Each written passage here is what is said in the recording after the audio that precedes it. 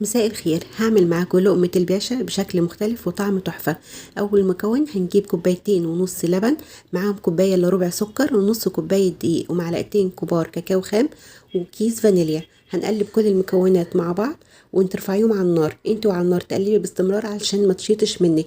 اول ما تبتدي يتقل معاك ويبقى قوامه زي الكريمه السايله او البشاميل، هتطفي النار على طول، ما تخلوش يتخن اكتر من كده. هتنزلي عليه بمعلقه زبده، هتقلبيهم لحد ما تسيح، وتكوني جهزت صينية فيها كوبايتين جوز هند تفرديهم في الصينية بنفس الشكل، وتنزلي بخليط لقمة الباشا او الشوكولاتة اللي احنا عملناه على جوز الهند وتفرديه بنفس الشكل وتحطيه في التلاجة قيمة ساعتين.